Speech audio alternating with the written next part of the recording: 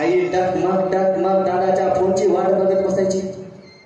माझ्या दादाचं पत्र येईल, माझ्या दादाचा फोन येईल, माझा दादा मला फोन कर, दादा बरा तर असेल ना माझा दादा यशस्वी तर झाला असेल ना, माझ्या दादाला यश तर भेटला असेल ना.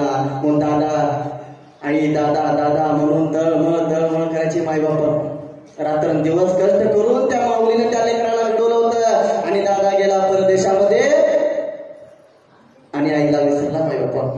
जास्त शिक्षण, इंग्रजी जास्त शिक्षण, संस्कार कमी पडला नाही. लक्ष देऊ नये का. दादा परदेशामध्ये शिक्षणासाठी गेला आणि आई फोनची वाट बघत बसायची, पत्राची वाट बघत बसायची आणि दादाचा फोन येत नव्हता. अचानक दादाचा फोन 7 वर्षानंतर दादाचा फोन आला. आई कशी आहेस ग तू, आई कशी आहेस ग तू. आई म्हणली दादा मी बरा आहे रे दादा, तू कसा आहे सांग. आई मी पण बरा आहे ग, पण मी परदेशामध्ये आल्यानंतर मला एकीकडे पोरगी पसंत पडली आणि मी त्याच्या बरा लग्न केलं. काय म्या परदेशामध्ये तिच्यावर लग्न केलं.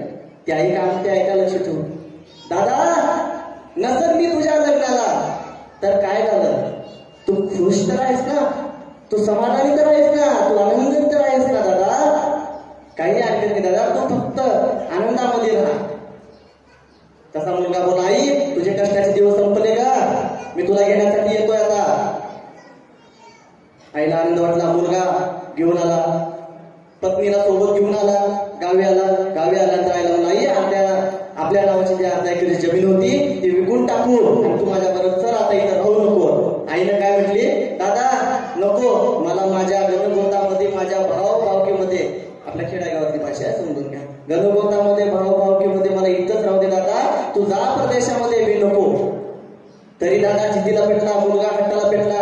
ऐकला नाही माय बापानं, लक्ष देऊन ऐका, ऐकला नाही आणि अर्धा एकर जमीन विकायला लावला. आईला सोबत घेऊन गेला, विमानतळावरती गेला आणि जी जमीन विकली होती त्याचे जे कर्ज काढलं होतं त्याचे परत 4 पैसे केले. उरले होते 5 लाख रुपये. ते 5 लाख रुपये आईने मुलाच्या हातामध्ये टिकवले, मुलाने डायरेक्ट पत्नीच्या हातामध्ये देऊन टाकले. कारभार तिकडे असतो, गृहमंत्री त्यांच्याकडे पैसे देऊन टाकले. मग निघाले विमानतळावरती, लक्ष देऊ नका, विमानतळावरती निघाले. मुलगा बोलला आई इथं थांब 5 मिनिट, मी तिकीट काढून येतो. मुलगा तिकीट काढायला गेला. 5 मिनिट झाले, 10 मिनिट झाले, अर्धा तास झाला, मुलगा काय येणार. मुलगा येतच नव्हता. मग अर्धा तास झाला, बघता सायंकाळ झाली आणि सायंकाळ झाल्यानंतर तिथे शिपाई म्हटले माऊली तुम्ही इथं काय बसलात. तर त्यांनी सांगितले की माझा मुलगा तिकीट काढण्यासाठी गेलाय. मुलगा कधीचा विमानतळावरती परदेशामध्ये निघून गेला होता माझ्या बाबा. ती आई तिथं रडून गत प्राण झाली. माय बाप्पा त्या आईला तिथं सोडलं आणि आईचा त्या ठिकाणी रडून मृत्यू झाला. आणि त्या कमरेला एक चिठ्ठी बांधली होती, त्याच्यावरती कॉल केले आणि मुलाला परत बोलून घेतले. मुलगा परत गावी यावं लागलं मुलाला आणि आईला सरणावरती रचलं. आपल्या भारतीय संस्कृती प्रमाणे आईला सरणावरती रचलं आणि 5 फेऱ्या मारायच्या असतील गाडग्या खांद्यावर घेऊन. गाडग्याला येस पाडलं, फिरू लागले अवतीभोवती. तर लक्ष देऊन ऐका, त्यातून आवाज काय होता. सरणावरती रचल्यानंतर ज्वाला भडकत होती, झळे लागत होते. मुलगा फेऱ्या मारा लागला होता तर त्या झाडातून आवाज होता, दुरी चांदी दुरी बाळा वृषण रथ होतो आड रे, जाळी येली माझी काया ऋण काष्टा समान रे.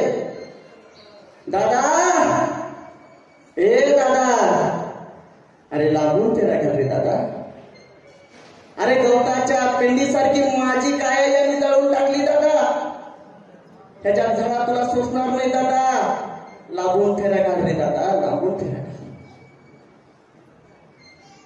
हे अर्थ एक आईचं काळीज हृदय.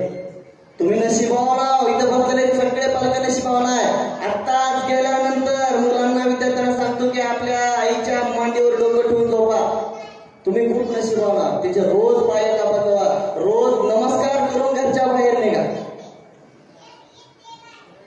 म्हणून सांगण्याचा उद्देश एवढाच होता की एक आईचं काळीचं एवढं महान असतंय आणि फक्त आपल्याला हे संस्कार महत्वाचे असते आणि म्हणून संस्काराबरोबर शालेय शिक्षणाबरोबर मुलांना आपण शिक्षण द्यायला पाहिजे एवढंच माझं त्या ठिकाणी बोलण्याचा मी प्रयत्न केलो आणि बरंच काही बोलत गेलो मी बरंच काही बोलत असतो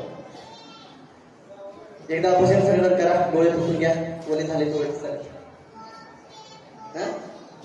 काय नसतंय फक्त मुलांना आपल्याला संस्कार द्यायचे चांगलं वळण द्यायचे चला हे दुःख